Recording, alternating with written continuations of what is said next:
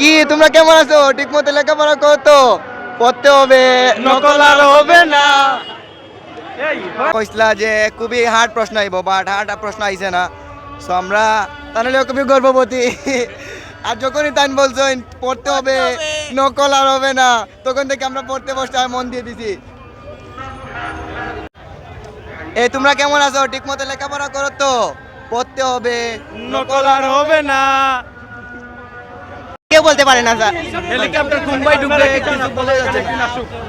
আমরা তো চাই আসতে, আমরা চাই উনি আসতে, আমরা চাই ওনাকে দেখতে। আমরা উনার জন্য প্লেন রেডি করে রাখছি। উনি হেলিকপ্টার দিয়ে আসলে আমরা প্লেন দিয়ে চলে যাবো।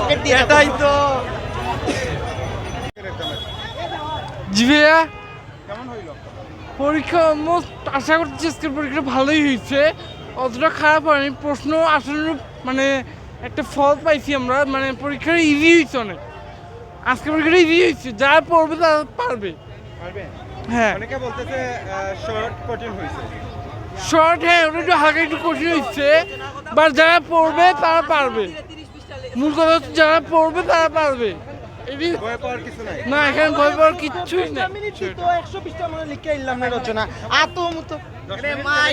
10 মিনিট দিলে আমরা আরো 100 পৃষ্ঠা লিখে চলে আসতাম রচনা। আমাদের টাইম দেওয়া হয় নাই, টাইমের আগে খাতা কেড়ে নেওয়া হয়েছে।